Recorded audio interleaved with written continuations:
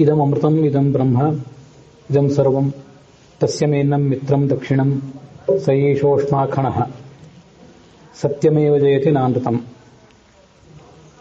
ಶ್ರೀ ಗುರುಭ್ಯೋ ನಮಃ.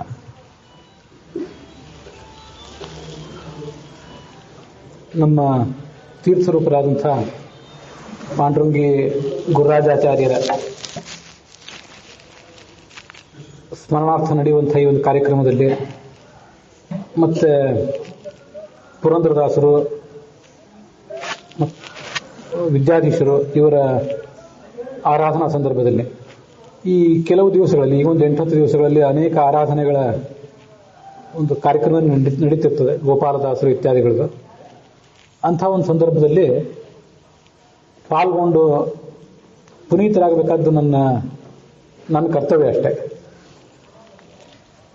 ಶಾಸ್ತ್ರ ಹೇಳ್ತಿರ್ತದೆ, ಅನುವ್ಯಾಖ್ಯಾನ ಹೇಳ್ತದೆ. ಅನುವ್ಯಾಖ್ಯಾನ ಮತ್ತು ಭಾಗವತದ ಪ್ರವಚನ ಪ್ರತಿ ವರ್ಷದಂತೆ ಈಗಲೂ ಕೂಡ ನಡೆದಿದೆ. ಯಥಾಶಕ್ತಿ ಅಖಿಲಾನ್ ವೇದಾನ್ ವಿಜ್ಞಾಯ ಉಪಾಸನಂ ಭವೇತ್. ನಾವು ಯಾರಿಗಾದರೂ ಮೋಸ ಮಾಡಬಹುದು, ವಕೀಲರಿಗೆ ಮೋಸ ಮಾಡಬಹುದು, ನ್ಯಾಯಾಧೀಶರಿಗೆ ಮೋಸ ಮಾಡಬಹುದು, ಸಮಾಜಕ್ಕೆ ಕಣ್ಣಿಗೆ ಮಣ್ಣೆರಚಬಹುದು. ಪರಮಾತ್ಮನ ಕಣ್ಣಿಗೆ ಮಣ್ಣೆರಚಲಿಕ್ಕೆ ಬರೋದಿಲ್ಲ. ಎಷ್ಟು ಶಕ್ತಿ ಇದೆಯೋ ಅಷ್ಟೆಲ್ಲ ಓದು. ನಿನಗಿಂತ ಹೆಚ್ಚು ಓದ್ದವರು ಇದ್ದಾರೆ, ಕಡಿಮೆ ಓದ್ದವರು ಇರ್ತಿರ್ತಾರೆ. ಯಾರು ಹೆಚ್ಚು ಯಾರು ಕಡಿಮೆ ಅಂತ ಪ್ರಶ್ನೆ ಕಣ್ಣೆದುರಿಗೆ ತಂದ್ಕೋಬೇಡ. ಆ ಪ್ರಶ್ನೆಗೆ ತಲೆನೇ ಕೆಡಿಸ್ಕೋಬೇಡ. ನಿನಗೆಷ್ಟು ಸಾಧ್ಯವೋ ಅಷ್ಟು ಅಧ್ಯಯನ ಮಾಡು. ಎಲ್ಲ ವೇದಗಳನ್ನು ಅಧ್ಯಯನ ಮಾಡು. ಆ ಪ್ರಕಾರ ಶ್ರವಣ ಮನನ ಮುಂದುವರಿಸು. ಧ್ಯಾನವನ್ನು ಕೂಡ ಮಾಡುವಂತ ಅನುವ್ಯಾಖ್ಯಾನ ಆದೇಶ ಕೊಟ್ಟಿದೆ. ಅಂಥ ಆದೇಶದ ಒಂದು ಸ್ಫೂರ್ತಿ ಅಷ್ಟೇ ನಾವೆಲ್ಲ ನಮ್ಮಂಥವರು ಸಣ್ಣವರು ಕೈಗೊಂಡಿರುವಂಥ ಈ ಕಾರ್ಯಗಳೆಲ್ಲ. ಸರ್ವಾನ್ ವೇದಾನ್ ಸೇತಿಹಾಸಾನ್ ಸಪುರಾಣಾನ್ ಸಂಯುಕ್ತಿಕಾನ್ ಅಂತ ಆಚಾರ್ಯರು ಬ್ರಹ್ಮಸೂತ್ರ ಭಾಷ್ಯದಲ್ಲೇ ಮತ್ತೊಂದು ಆದೇಶ ಕೊಡ್ತಾರೆ. ಎಲ್ಲ ವೇದಗಳನ್ನು ಓದು, ಎಷ್ಟು ಸಾಧ್ಯ ಇದೆ ಅಷ್ಟು ಎಲ್ಲವನ್ನೂ ಓದು. ಸೇತಿಹಾಸಾನ್, ಇತಿಹಾಸ ಏನು ಲಭ್ಯವಾಗಿದೆ ಮಹಾಭಾರತದಂಥ ಇತಿಹಾಸ, ಅದನ್ನು ಓದು. ಸಪುರಾಣಾನ್, ಭಾಗವತ ಮೊದಲಾದ ಪುರಾಣಗಳನ್ನು ಕೂಡ ಓದು. ವಿಷ್ಣುಜ್ಞೇಯೋ ನ ಜಾನ್ಯಥ. ಈ ಎಲ್ಲ ಮಾರ್ಗಗಳನ್ನು ನೀನು ಸ್ವೀಕರಿಸಿದ್ದಾದರೆ ನಿನಗೆ ಭಗವಂತನ ಸಾಕ್ಷಾತ್ಕಾರ ಆಗಲಿಕ್ಕೆ ಸಾಧ್ಯ, ಇಲ್ಲದೇ ಇದ್ರೆ ಆಗೋದಿಲ್ಲ. ಜಿಜ್ಞಾಸ್ಯೋಸವು ನಾಲ್ಪ ವೇದೈ ಪ್ರಸಿದ್ಧೇತ್ ಅಂತ ನಮ್ಮ ಕೆನ್ನೆಗೆ ಹೊಡೆದಂತೆ ಶಾಸ್ತ್ರ ಒಂದು ಎಚ್ಚರಿಕೆ ಕೊಡ್ತದೆ. ಅಲ್ಪವೇದನಾಗಬೇಡ ಯಾವತ್ತು. ಅಲ್ಪಾಶ್ಚತೆ ವೇದಾಶ್ಚ ಅಲ್ಪವೇದಾಹ ಅಲ್ಪೈಹಿ ವೇದೈಹಿ ನ ಪ್ರಸಿದ್ಧೇತ್. ಕೆಲವು ಶಾಸ್ತ್ರಗಳಿಗೆ ಅವನು ನಿಲ್ಕುವವನೂ ಅಲ್ಲ. ಅಲ್ಪಾಹ ವೇದಾಹ ಯೇಷಾಂತೆ ಯೈಹಿ ಅಲ್ಪಾಹ ವೇದಾಹ ಅಧೀತಾಹ ತೇ ಅಲ್ಪವೇದಾಹ ಪುರುಷಾಹ. ಅವರಿಗಂತೂ ಸಿಗೋವನು ಅಲ್ವೇ ಅಲ್ಲ. ಏನೋ ಸ್ವಲ್ಪ ಶ್ರವಣ ಮಾಡಿ ಅಲ್ಲಿ ಕಣ್ಣಾಡಿಸಿ ಭಗವಂತನ ಬಗ್ಗೆ ತಿಳ್ಕೊಂಡಿದ್ದೇನೆ ಅಂತ ಬೀಗಬೇಡ. ಎಷ್ಟು ಶಕ್ತಿ ಇದೆಯೋ ಅಷ್ಟೆಲ್ಲವನ್ನೂ ಓದು ಅಂತ ಶಾಸ್ತ್ರ ಹೇಳಿದೆ. ಅದಕ್ಕಾಗಿಯೇ ಇತಿಹಾಸ ಪುರಾಣಾದಿಗಳಲ್ಲಿಯೂ ಕೂಡ ಆ ಭಗವಂತನ ಮಹಿಮಾ ಏನು ಪ್ರೋಕ್ತವಾಗಿದೆ, ಯಾವ ಶಬ್ದಗಳಿಂದ ಭಗವಂತ ಅಲ್ಲಿ ವರ್ಣಿತನಾಗಿದ್ದಾನೆ ಅನ್ನೋದೆಲ್ಲವನ್ನು ಕೂಡ ನಾವು ಅನುಸಂಧಾನ ತಂದ್ಕೋಬೇಕು. ವಿಶೇಷತಃ ಈ ಭಾರತ ಮತ್ತು ಭಾಗವತ ಇವೆರಡೂ ಕೂಡ ಆ ವಾಂಗ್ಮಯ ರೂಪ ಏನಿದೆ ಭಗವಂತಂದು, ಅದಕ್ಕೆ 2 ಕಣ್ಗಳಿದ್ದಂತೆ. ಅದಕ್ಕಾಗಿ ಭಾರತ ಏನು ಹೇಳಿದೆ ಅದಕ್ಕೆ ಭಾಗವತ ಏನು ಅರ್ಥ ಕೊಟ್ಟಿದೆ, ಅಥವಾ ಭಾಗವತ ಹೇಳಿದ್ದಕ್ಕೆ ಮಹಾಭಾರತ ಏನು ಮತ್ತೊಂದು ಸಮರ್ಥನೆ ಕೊಟ್ಟಿದೆ, ಅದನ್ನೆಲ್ಲ ನೋಡುವಂಥ ಒಂದು ಸಣ್ಣ ಪ್ರಯತ್ನ ಅಷ್ಟೇ. ನಾವು ಕಕ್ಷಾ ತಾರತಮ್ಯಗಳನ್ನು ಅನೇಕ ಕಡೆ ನೋಡಿರ್ತೇವೆ. 32 ಕಕ್ಷಾಗಳಿವೆ. ಕೆಲವು ಮಹಾ ಪ್ರಬಂಧಗಳಲ್ಲಿ 64-68 ಕಕ್ಷಾ ತಾರತಮ್ಯಗಳನ್ನು ಕೂಡ ಜ್ಞಾನಿಗಳಾದವರು ಹೇಳಿದ್ದಾರೆ. ಕೆಲವು ಕಡೆ ಸರ್ವಮೂಲದಲ್ಲಿ ಅದನ್ನೇ ಸಂಕ್ಷಿಪ್ತ ಮಾಡಿ 15, 8 ಇತ್ಯಾದಿ ರೂಪದಿಂದಲೂ ಹೇಳಿದ್ದಿದೆ. ಅಂಥದ್ದೊಂದು ಶ್ಲೋಕ ಮಹಾಭಾರತದಲ್ಲಿ ನನಗೆ ನನ್ನ ಅಧ್ಯಯನ ಪ್ರವಚನದಲ್ಲಿ ಕಣ್ಣಿಗೆ ಬಿತ್ತು. ಅದನ್ನ ಎಲ್ಲರ ಎದುರಿಗೆ ಹಂಚ್ಕೋಬೇಕು ಅಂತ ಪ್ರಯತ್ನ ಪಡ್ತೇನೆ. ಒಂದು 3 ಶ್ಲೋಕಗಳ ಗುಚ್ಛ ಅಷ್ಟೇ ಇದು. ಮತ್ತೆ ಯಾವುದೇ ಪ್ರಕ್ಷೇಪದ ಸೋಂಕಿಲ್ಲದೆ ಇರುವಂತಹ ಒಂದು ಶ್ಲೋಕದ ಗುಚ್ಛ. 4-6 ಪಾಠಗಳಲ್ಲಿ ಎಲ್ಲ ಕಡೆ ಇರುವಂಥದ್ದು, ಉತ್ತರ ಭಾರತದ ಪಾಠ, ದಕ್ಷಿಣ ಭಾರತದ, ಮಧ್ಯ ಭಾರತದ ಎಲ್ಲ ಕಡೆ ಇರುವಂತಹ ಒಂದು ಶ್ಲೋಕ. ಪೃಥ್ವೀ ರೂಪತೋ ರೂಪಂ ಅಪಾಮಿಹ ಮಹತ್ತರಂ. ಪೃಥ್ವಿ ಅಭಿಮಾನಿ ದೇವತೆಗಿಂತ ಪೃಥ್ವಿಯಾಹ ರೂಪಂ, ಪೃಥ್ವಿಯ ರೂಪ ಅಂದ್ರೆ ಅಭಿಮಾನಿ ದೇವತೆ, ಅದಕ್ಕಿಂತ ಅಭಿಮಾನಿ ದೇವತೆಯ ರೂಪ ಇನ್ನೂ ದೊಡ್ಡದು. ನಮಗೆಲ್ಲ ಗೊತ್ತಿದೆ ಪೃಥ್ವಿಗೆ ಅಭಿಮಾನಿನಿ ದೇವತೆ 18ನೇ ಕಕ್ಷಾದಲ್ಲಿರುವಂತಹ ಪೃಥ್ವಿ ದೇವತೆ, ಈ ಭೂಗೋಳದ ಅಭಿಮಾನಿನಿಯಾದಂತಹ ದೇವತೆ. ಅವಳಿಗಿಂತ ಜಲಕ್ಕೆ ಅಭಿಮಾನಿಯಾದಂತಹ ವರುಣ ದೊಡ್ಡವನು. ಅವನು 13ನೇ ಕಕ್ಷಾದಲ್ಲಿ ಬರ್ತಾನೆ. ಹೇಳುವಾಗ ಎಲ್ಲಾದರೂ 13, 14 ಅಂತಾಗಿದ್ರೆ ಅದನ್ನು ನೀವೇ ತಿದ್ದುಕೊಳ್ರಿ. ಬೇಕಾದಷ್ಟು ಬಹುಶ್ರುತರಿದ್ದೀರಿ ನೀವೆಲ್ಲ. ಅದರಿಂದ ಸ್ವಲ್ಪ ಹೆಚ್ಚು ಕಡಿಮೆ ಆಗಿದ್ರೆ ಅದನ್ನು ನೀವು ತಿದ್ದುಕೋಬೇಕು. ವರುಣನ ಸ್ಥಾನ ಪೃಥ್ವಿ ಸ್ಥಾನಕ್ಕಿಂತ ದೊಡ್ಡದು. ಅದಕ್ಕಿಂತ ಮುಂದಿನ ಶ್ಲೋಕ ತೇಜಸ್ಸಿನ ರೂಪ ವರುಣನ ಸ್ಥಾನಕ್ಕಿಂತ ಇನ್ನೂ ದೊಡ್ಡದು. ತೇಜೋಭಿಮಾನಿ ದೇವತೆ ವರುಣನಿಗಿಂತ ದೊಡ್ಡದು ಅಂತ ಹೇಳ್ತದೆ ಮಹಾಭಾರತ. ಅದು ಬಹಳ ವಿಚಿತ್ರವಾಗಿ ಕಾಣಿಸ್ತದೆ ನಮಗೆ ಗೊತ್ತಿರುವಂತೆ ತೇಜಸ್ಸಿಗೆ ಅಭಿಮಾನಿ ದೇವತೆಯಾದಂತಹ ಅಗ್ನಿ ಕೆಳಗಿದ್ದಾನೆ ವರುಣನಿಗಿಂತ. ಆದರೆ ಮಹಾಭಾರತ ಹೇಳ್ತದೆ ತೇಜೋಭಿಮಾನಿ ದೇವತೆ ದೊಡ್ಡವನು ಅಂತ ಹೇಳಿ. ಅದಾದ ಬಳಿಕ ಆಕಾಶಾಭಿಮಾನಿ ದೇವತೆ, ವಾಯು ಅಭಿಮಾನಿ ದೇವತೆ, ತೇಜಸ್ಸಿನ ಅಭಿಮಾನಿ ದೇವತೆಗಿಂತ ವಾಯುವಿನ ಅಭಿಮಾನಿ ದೇವತೆ ಇನ್ನೂ ದೊಡ್ಡವನು ಅಂತ ಹೇಳ್ತದೆ. ವಾಯುವಿನ ಅಭಿಮಾನಿ ದೇವತೆ ಅಂದ್ರೆ ಪ್ರವಾಹ ವಾಯು ಇತ್ಯಾದಿಗಳನ್ನು ಸ್ವೀಕರಿಸಬಹುದು, ಅದಷ್ಟೇನು ಸಮಸ್ಯೆ ಆಗಲಿಕ್ಕಿಲ್ಲ. ಅದಾದ್ಮೇಲೆ ಬರುವ ವಿಷಯ ಮತ್ತೂ ಒಂದು ವಿಚಿತ್ರವಾದದ್ದು. ಪವನಾಚ ಮಹದ್ವ್ಯೋಮ, ಆಕಾಶಾಭಿಮಾನಿ ದೇವತೆ ಈ ವಾಯು ಅಭಿಮಾನಿ ದೇವತೆ ಇವರೆಲ್ಲರಿಗಿಂತ ಇನ್ನೂ ದೊಡ್ಡದು. ಆಕಾಶಾಭಿಮಾನಿ ದೇವತೆ ಅಂದ್ರೆ ನಮಗೆ ಖ್ಯಾತವಾಗಿ ಎಲ್ಲರಿಗೂ ಗೊತ್ತಿರುವಂಥದ್ದು ಗಣೇಶ, 18ನೇ ಕಕ್ಷಾದಲ್ಲಿದ್ದಾನೆ. ಈ ಅಗ್ನಿ, ವರುಣ, ಪ್ರವಾಹವಾಯು ಇವರೆಲ್ಲರಿಗಿಂತ ಗಣೇಶ ದೊಡ್ಡವನಾಗೋದು ಹೇಗೆ? ಅದರ ಮುಂದೆ ಮನೋಭಿಮಾನಿ ದೇವತೆ ಇದ್ದಾನೆ. ಆಕಾಶಾಭಿಮಾನಿ ದೇವತೆಗಿಂತ ಮನೋಭಿಮಾನಿಯಾದ ದೇವತೆ ಇದ್ದಾನೆ, ದೊಡ್ಡವನು. ಅದಾದ ಬಳಿಕ ಬುದ್ಧಿಗೆ ಅಭಿಮಾನಿಯಾದ ದೇವತೆ ಇದ್ದಾಳೆ. ಮುಂದೆ ಕಾಲಾಭಿಮಾನಿಯಾದಂತಹ ದೇವತೆ ಇದ್ದಾನೆ. ಕಾಲೋ ಮಹಾನ್ ಸ್ಮೃತಃ, ಕಾಲಾತ್ಸ ಭಗವಾನ್ ವಿಷ್ಣು. ಕಾಲಾಭಿಮಾನಿ ದೇವತೆಗಿಂತ ಮಹಾವಿಷ್ಣು ಆ ಕಕ್ಷಾ ತಾರತಮ್ಯದಲ್ಲಿ ಅತ್ಯಂತ ದೊಡ್ಡವನಾಗಿದ್ದಾನೆ. ಸಾ ಕಾಷ್ಠಾ ಸಾ ಪರಾಗತಿ ಅಂತ ಉಪನಿಷತ್ನಲ್ಲೂ ಕೂಡ ಅವನು ಪ್ರತಿಪಾದ್ಯನಾಗಿದ್ದಾನೆ. ಇದಕ್ಕೆ ಸಂಬಂಧಪಟ್ಟಂತೆ ಯಾಕೆ ಈ ಶ್ಲೋಕಗಳನ್ನ ಆಯ್ದುಕೊಂಡೆ ಅಂತಂದ್ರೆ, ಲಕ್ಷಾಲಂಕಾರ ಮಹಾಭಾರತಕ್ಕೊಂದು ವ್ಯಾಖ್ಯಾನ ರೂಪವಾಗಿದೆ. ಎಲ್ಲವೂ ಕೂಡ ಅದರಲ್ಲೂ ವಿವೃತವಾಗಿಲ್ಲ. ಮಹಾಭಾರತ ತಾತ್ಪರ್ಯ ನಿರ್ಣಯ ಆಚಾರ್ಯರು ರಚಿಸಿದ್ರು ಕೂಡ ಆ ತಾತ್ಪರ್ಯ ನಿರ್ಣಯದಲ್ಲಿ ಅವರು ಹೇಳಿದ್ದು ಕಡಿಮೆ, ಸೂಚಿಸಿದ್ದು ಬಹಳ. ಅವರೇನು ಸೂಚಿಸಿದ್ದಾರೆ ಅಂಥದನ್ನ ನಮ್ಮಂತಹ ಕೆಲವರು ಸಣ್ಣವರು ತಿಳ್ಕೊಳ್ಳೋ ಪ್ರಯತ್ನ ಮಾಡಬೇಕು. ಅದಕ್ಕಾಗಿ ಈ ಮಹಾಭಾರತದ ಶ್ಲೋಕಗಳನ್ನ ಆಯ್ದುಕೊಂಡೆ. ಪೃಥ್ವಿ ಅಭಿಮಾನಿ ದೇವತೆಯಾದಂತಹ ಈ ಭೂದೇವಿಗಿಂತ ವರುಣ ದೊಡ್ಡವನು, ಅದು ಸರಿಯಾಯಿತು. ಆ ವರುಣನಿಗಿಂತ ದೊಡ್ಡವನು ತೇಜೋಭಿಮಾನಿ ದೇವತೆ ಅಂತ ಹೇಳಿದ್ದಾರಲ್ಲ, ಅದು ಸಮಸ್ಯೆಗೆ ಕಾರಣ ಆಗಿರೋದು. ಆದರೆ ತೇಜೋಭಿಮಾನಿ ದೇವತೆ ಅಂದ್ರೆ ಅಗ್ನಿಯೇ ಆಗಬೇಕಾಗಿಲ್ಲ. ಅದನ್ನ ಛಾಂದೋಗ್ಯ ಉಪನಿಷತ್ತು ಭಗವಂತನ ಆ ಮಂದಿರಕ್ಕೆ ದ್ವಾರಪಾಲಕರು 5 ಜನ ಇದ್ದಾರೆ ಅಂತ ವರ್ಣಿಸಿದೆ. ಆ ಭಾಗವನ್ನು ನೋಡಿಬಿಟ್ರೆ ವರುಣನಿಗಿಂತ ತೇಜೋಭಿಮಾನಿ ದೇವತೆ ದೊಡ್ಡವನು ಯಾಕೆ ಅಂತ ಸ್ಪಷ್ಟ ಆಗಿಬಿಡ್ತದೆ. ನಮಗೆ ಪೂಜಾ ಮಾಡೋರಿಗೆಲ್ಲರಿಗೂ ಇದು ಗೊತ್ತಿದೆ. ಪೂರ್ವದ್ವಾರಿ ಶ್ರೀಯೈ ನಮಃ, ಜಯಾಯ ವಿಜಯಾಯ ನಮಃ. ಒಂದು ಕಡೆ ಜಯ ವಿಜಯರು, ಮತ್ತೊಂದು ಕಡೆ ಬಲಪ್ರಬಲರು, ನಂದ ಸುನಂದನರು, ಕುಮುದೇಕ್ಷಣರು ಎಲ್ಲ ಗೊತ್ತಿದೆ. ಆದ್ರೆ ಇವರೆಲ್ಲ ಬಹಿರ್ದ್ವಾರಪಾಲಕರಂತೆ. ಒಳಗೆ ಮತ್ತೆ ಬೇರೆ ಜನ ದ್ವಾರಪಾಲಕರಿದ್ದಾರೆ. ಇಂಥದನ್ನು ಕೂಡ ಪೂಜಾದಲ್ಲಿ ಅನುಸಂಧಾನ ತಂದ್ಕೋಬೇಕು. ಯಾರವರು? ಪೂರ್ವ ದಿಕ್ಕಿಗೆ ಸೂರ್ಯ, ದಕ್ಷಿಣ ದಿಕ್ಕಿಗೆ ಚಂದ್ರ, ಪಶ್ಚಿಮ ದಿಕ್ಕಿಗೆ ಅಗ್ನಿ, ಉತ್ತರ ದಿಕ್ಕಿಗೆ ಇಂದ್ರ, ಮೇಲೆ ಮುಖ್ಯ ಪ್ರಾಣ, ಇವರೆಲ್ಲ ಇದ್ದಾರೆ. ಇವರೆಲ್ಲ ಅಂತರ್ದ್ವಾರಪಾಹ ಏತೆ ಛಾಂದೋಗ್ಯ ಭಾಷೆ ಹೇಳ್ತದೆ. ಇವರೆಲ್ಲ ಒಳಗಿರುವ ದ್ವಾರಪಾಲಕರು. ಇವರು ಸ್ಥಾನ ಹೆಚ್ಚಿಂದು. ಜಯಾಜ್ಯಾಹ ಭಾಷ್ಯತ ಸ್ಮೃತಾಹ, ಜಯ ವಿಜಯ ಮೊದಲಾದವರಿದ್ದಾರಲ್ಲ ಅವರು ಹೊರಗಿನ ದ್ವಾರಪಾಲಕರು.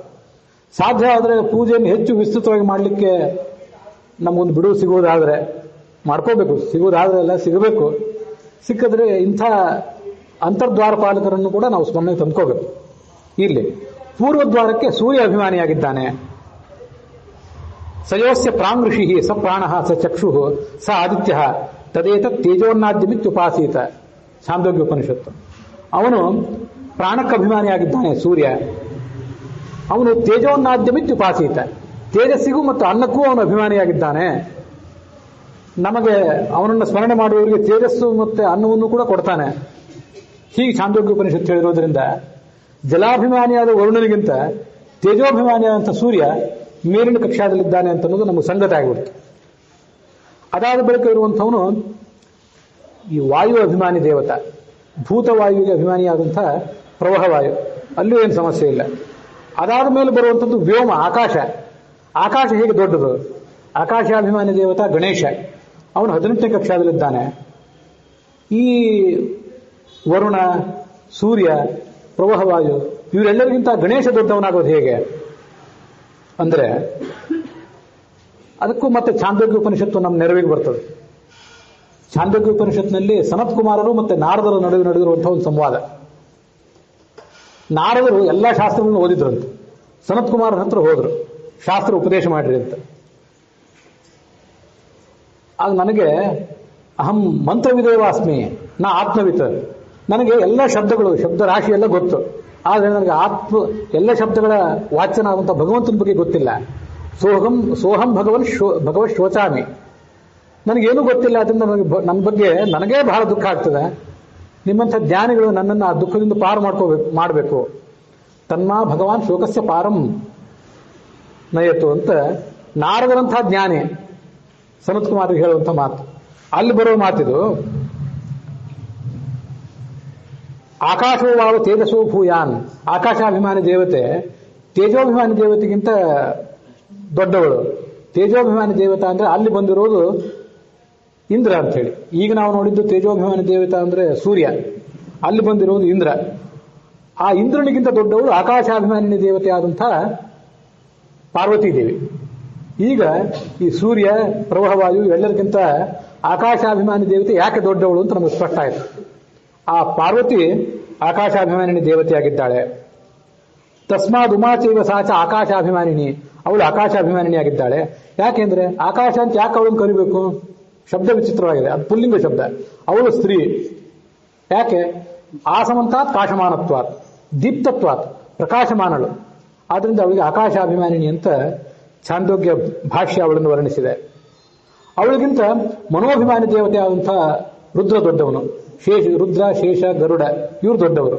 ಯಾಕೆಂದ್ರೆ ಉಪನಿಷತ್ ಭಾಷ್ಯವೇ ಮತ್ತೊಂದು ಕಡೆ ಹೇಳುವಂತೆ, ಮನಸ್ಸೂಕ್ಷ್ಮಂ ಜ್ಞಾನಯೋಗ್ಯಂ ರುದ್ರಸ್ತು ಮರಣಾಖ್ಯಂ ಚ ಶೇಷೋ ವ್ಯಾಖ್ಯಾನ ಗೋಚರಂ ಗರುಡೋ ಧ್ಯಾನ ಗೋಚರಂ. ನಮಗೆ ರುದ್ರ ಮನೋಭಿಮಾನಿ ಅಂತ ಅನ್ನೋದು ಬಹಳ ಕಡೆ ಕೇಳಿ ಗೊತ್ತಿದೆ. ರುದ್ರ ನಮ್ಗೆ ಏನು ಮಾಡಿಸ್ಕೊಡ್ತಾನೆ ಅಂತಂದ್ರೆ ಮನನ ಮಾಡಿಸ್ಕೊಡ್ತಾನೆ, ಶೇಷ ವ್ಯಾಖ್ಯಾನ ಮಾಡಿಸ್ತಾನೆ, ಗರುಡ ಧ್ಯಾನ ಮಾಡಿಸ್ತಾನೆ. ಈ ಎಲ್ಲ ಕೆಲಸಗಳು ಮನನ, ವ್ಯಾಖ್ಯಾನ ಮತ್ತು ಧ್ಯಾನ ಇವೆಲ್ಲ ಮನಸ್ಸಿನಿಂದಲೇ ನಡೀಬೇಕು. ಅವರೆಲ್ಲ ಮನೋಭಿಮಾನಿ ದೇವತೆಗಳಾಗಿದ್ದಾರೆ. ಅದಲ್ಲದೆ ಅವನು ಸ್ಮರಣೆಗೆ ಕೂಡ ಅಭಿಮಾನಿಯಾಗಿದ್ದಾನೆ. ಸ್ಮರಣೆ ಇದ್ರೆ ಅಲ್ಲ ಮನನ ಮಾಡ್ಲಿಕ್ಕೆ ಸಾಧ್ಯ. ಇಲ್ಲೇನು ಆಚಾರ್ಯ ಹೇಳಿರ್ತಾರೆ, ಇದನ್ನ ಮನೆಗೆ ಹೋಗಿ ನಾವು ನೆನ್ಪಿಟ್ಕೊಂಡಿದ್ರೆ ಸ್ವಲ್ಪ ಏನಾದರೂ ಮನನ ಮಾಡ್ಲಿಕ್ಕೆ ಸಾಧ್ಯ. ಇಲ್ಲದೆ ಹೋದ್ರೆ ಇಲ್ಲಿ ಕೇಳಿದ್ದು ಇಲ್ಲಿ, ಮನೆಯಲ್ಲಿರುವ ವಿಷಯಗಳು ಬೇರೆ ಅಂತ ಆಗಿಬಿಡ್ತು. ಅದಕ್ಕೆ ಅವನನ್ನ ಸ್ಮರೋವ ಆಕಾಶಾತ್ ಭೂಯಾನ್, ಮನೋಭಿಮಾನಿಯಾದ ರುದ್ರ ಪಾರ್ವತಿಗಿಂತ ದೊಡ್ಡವನು, ಅವನು ಸ್ಮರಣೆಗೆ ಅಭಿಮಾನಿ ಅಂತ ಆ ಉಪನಿಷತ್ ಭಾಷ್ಯ ಅವನು ವರ್ಣನೆ ಮಾಡಿದೆ. ಹೀಗೆ ಆ ಮನೋಭಿಮಾನಿ ದೇವತೆ ದೊಡ್ಡವನಾಗಿದ್ದಾನೆ. ಮನೋಭಿಮಾನಿ ದೇವತೆಗಳಿಗಿಂತ ಬುದ್ಧಿಭಿಮಾನಿಯಾದಂಥ ಸರಸ್ವತಿ ದೇವಿ ದೊಡ್ಡವಳಾಗಿದ್ದಾಳೆ. ಬುದ್ಧಿ ಸರಸ್ವತಿ ಅಂತ ಕಾಟಕೋಪನಿಷತ್ ಭಾಷ್ಯ ಕೂಡ ಅವಳನ್ನು ವರ್ಣನೆ ಮಾಡಿದೆ. ಅದಾದ ಬಳಿಕ ಬರುವಂತಹ ಸ್ಥಾನ ಕಾಲೋ ಮಹಾನ್ ಸ್ಮೃತಃ ಅಂತ. ಕಾಲಾಭಿಮಾನಿ ದೇವತೆಯನ್ನು ವರ್ಣಿಸುವಾಗ ಲಕ್ಷಾಲಂಕಾರದಲ್ಲಿ ಕಲಜ್ಞಾನೆ ಅಂತ ಧಾತುವನ್ನು ತಗೊಂಡು ಮಹಾಜ್ಞಾನಿಯಾದಂತಹ ಸರ್ವಜ್ಞನಾದಂತಹ ಚತುರ್ಮುಖ ಸರಸ್ವತಿಗಿಂತ ದೊಡ್ಡವನು ಅಂದ್ರೆ ಭಾರತೀಯ ಸರಸ್ವತಿಯರಿಗಿಂತ ಚತುರ್ಮುಖ ಮತ್ತು ಮುಖ್ಯ ಪ್ರಾಣರು ದೊಡ್ಡವರು ಅನ್ನೋ ಅರ್ಥವನ್ನು ಹೇಳಿದ್ದಾರೆ. ಅದಲ್ಲದೆ ಆ ಕಾಲಶಬ್ದವನ್ನು ಆವರ್ತ ಮಾಡ್ಕೊಂಡ್ಬಿಡೋಣ. ಮತ್ತೊಂದು ಬಾರಿ ಕಾಲಶಬ್ದವನ್ನು ಆವೃತ್ತ ಮಾಡ್ಕೊಂಡ್ಬಿಟ್ರೆ ಕಾಲಶಬ್ದದಿಂದ ಲಕ್ಷ್ಮೀದೇವಿ ಕೂಡ ಸಿಗ್ತಾಳೆ. ಕಾಲಶಬ್ದ ಲಕ್ಷ್ಮೀದೇವಿಯನ್ನು ಹೇಗೆ ಹೇಳ್ತದೆ ಅಂದ್ರೆ ಅದಕ್ಕೆ ಭಾಗವತ ತಾತ್ಪರ್ಯ ನಮ್ಮ ನೆರವಿಗೆ ಬರ್ತದೆ. ಎಲ್ಲೋ ಒಂದ್ ಕಡೆ ಭಾಗವತದಲ್ಲಿ ಲಕ್ಷ್ಮೀದೇವಿ ಒಂದ್ ಕಡೆ ಕಾಲ ಅಂತ ಶಬ್ದ ಪ್ರಯೋಗ ಮಾಡಿದ್ದಾರೆ. ಇಲ್ಲಿ ಕಾಲ ಅಂದ್ರೆ ಯಮ ಅಂತ ಅರ್ಥ ಇಟ್ಕೊಳ್ಬೇಡಿ. ಕಾಲೋಂತಕ ಪ್ರಧಾನಂಚ ಮೃತ್ಯುರ ಅವ್ಯಕ್ತಮೇವಚ ಉಚ್ಯತೆಯ ಪ್ರಕೃತಿ ಸೂಕ್ಷ್ಮ ಶ್ರೀಹಿ ಭೂಹು ದುರ್ಗಾ ಇತಿ ನಾಮಭಿಹಿ. ಅವಳಿಗೆ ಕಾಲ, ಮೃತ್ಯು, ಅಂತಕ ಅಂತೆಲ್ಲನೂ ಕರೀತಾರೆ. ಇದು ಅವಳನ್ನು ನಿರ್ದಿಷ್ಟವಾಗಿ ಕಾಲ ಅಂತ ಹೇಳಿರುವಂತಹ ಒಂದು ಪ್ರಮಾಣ. ಅದಲ್ಲದೆ ಕಾಲ ಅನ್ನೋ ಶಬ್ದ ಎಷ್ಟು ವಿಚಿತ್ರವಾದ್ದು ಅಂದ್ರೆ ಪರಮಾತ್ಮನನ್ನು ಹಿಡಿದು ಕೆಲವು ಅನೇಕ ಕೆಳಗಿನ ದೇವತೆಗಳನ್ನೆಲ್ಲ ಹೇಳ್ಬಿಡ್ತದೆ. ಅದು ಭಾಗವತ ತಾತ್ಪರ್ಯದಲ್ಲಿ ಬಂದಿದೆ. ಒಂದು ಕಕ್ಷಾ ತಾರತಮ್ಯವನ್ನು ಹೇಳ್ತದೆ ಆ ಶ್ಲೋಕ. ಹರಿಶ್ಚ ಪ್ರಕೃತಿಶ್ಚೈವ ಬ್ರಹ್ಮವಾಯು ತಥೈವಚ. ಹರಿ ಪ್ರಕೃತಿ ಅಂದ್ರೆ ಲಕ್ಷ್ಮೀದೇವಿ, ಬ್ರಹ್ಮವಾಯುಗಳು, ಸುಪರ್ಣ ಶೇಷ ರುದ್ರಾದ್ಯಾಹ, ಯಮಾನುಜಶ್ಚೈವ, ಕೊನೆಗೆ ನೆನಪಿಗೆ ಬರ್ತಿಲ್ಲ. ಅಲ್ಲಿ ಅನೇಕ ಜನ ಆ ಕಾಲಶಬ್ದಕ್ಕೆ ವಾಚ್ಯರಾಗಿದ್ದಾರೆ. ಆದ್ರಿಂದ ಚತುರ್ಮುಖ ಮತ್ತು ಮುಖ್ಯ ಪ್ರಾಣರು ಅವರು ಕಾಲಶಬ್ದ ವಾಚ್ಯರು. ಲಕ್ಷ್ಮೀದೇವಿ ಕಾಲಶಬ್ದವಾಚ್ಯಳು, ಪರಮಾತ್ಮನೂ ಕೂಡ ಕಾಲಶಬ್ದವಾಚ್ಯ. ಯಾಕೆಂದ್ರೆ ಕಾಲ ಕಲಿತ ಸಂಪೂರ್ಣ ಸದ್ಗುಣತ್ವ ಜನಾರ್ದನ. ಕಾಲ ಅಂದ್ರೆ ಸಂಹಾರ ಮಾಡುವವನು ಅಂತ ಅರ್ಥ ಗೊತ್ತಿದೆ. ಎಲ್ಲಾ ಗುಣಗಳನ್ನು ತನ್ನ ಒಳಗೆ ಇಟ್ಕೊಂಡವನು, ಗುಣಗಳ ಕಡಲು. ಅದಕ್ಕಾಗಿ ಅವನನ್ನ ಕಾಲ ಅಂತ ಕರೀತಾರೆ. ಆ ಕಾಲಕ್ಕಿಂತ ಭಗವಾನ್ ವಿಷ್ಣು ಯಸ್ಯ ಸರ್ವಂ ಇದಂ ಜಗತ್, ಯಾವ ಪರಮಾತ್ಮನ ಅಧೀನದಲ್ಲಿ ಈ ಜಗತ್ತೆಲ್ಲ ಇದೆಯೋ ಆ ಭಗವಂತ ಆ ಕಾಲಾಭಿಮಾನಿ ದೇವತೆಯಾದ ಚತುರ್ಮುಖ ಮತ್ತು ಮುಖ್ಯ ಪ್ರಾಣರು ಹಾಗೆ ಲಕ್ಷ್ಮೀ ದೇವತೆಗಿಂತ ದೊಡ್ಡವನಾಗಿದ್ದಾನೆ ಅಂತ ಮಹಾಭಾರತ ಅದನ್ನು ವರ್ಣನೆ ಮಾಡಿದೆ. ಸಾ ಕಾಷ್ಠ ಸಾ ಪರಾಗತಿ, ಅವನಿಗೆ ಪುರುಷ ಅಂತ ಕರೀತಾರೆ. ಯಾಕಂದ್ರೆ ಪುರು ಬ್ರಹ್ಮ ಗುಣಾಧಿಕ್ಯ ಪೂರ್ಣತ್ವಾತ್ ಪುರುಷ ಸ್ಮೃತಃ, ಭಾಗವತ ತಾತ್ಪರ್ಯ ಅದನ್ನೆಲ್ಲ ಸ್ಪಷ್ಟಪಡಿಸಿ. ಹೀಗೆ ಮಹಾಭಾರತದಲ್ಲಿ ಬಂದಂತಹ 3 ಶ್ಲೋಕಗಳ ಒಂದು ಗುಚ್ಛವನ್ನ ತಾವೆಲ್ಲರೂ ಶ್ರೋತೃಗಳು ವಿದ್ವಾಂಸರ ಎದುರಿಗೆ ಹಂಚಿಕೊಂಡಿದ್ದೇನೆ.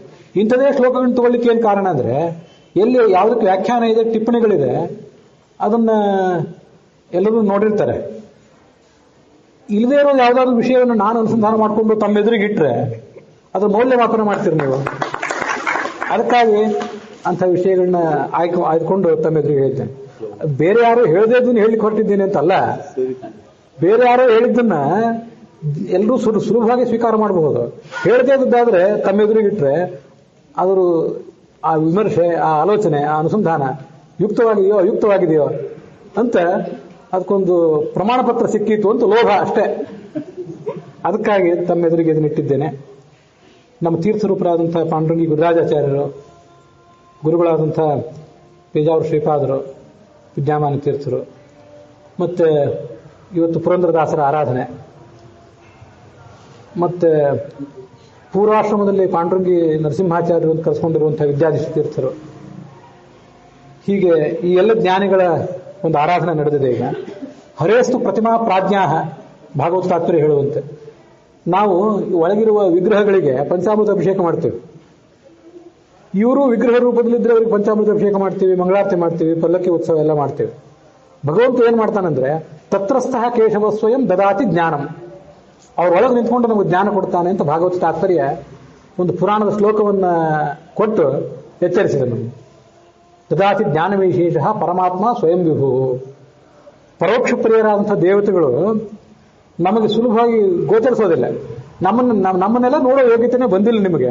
ಅದಕ್ಕಾಗಿ ನಿಮಗೆ ನಿಮ್ಮ ಯೋಗ್ಯತೆಗೆ ತಕ್ಕಂತೆ ಕೆಲವು ಗುರುಗಳನ್ನು ಕೊಟ್ಟಿದ್ದೀವಿ ಅಂತ ಹೇಳ್ತದಂತೆ.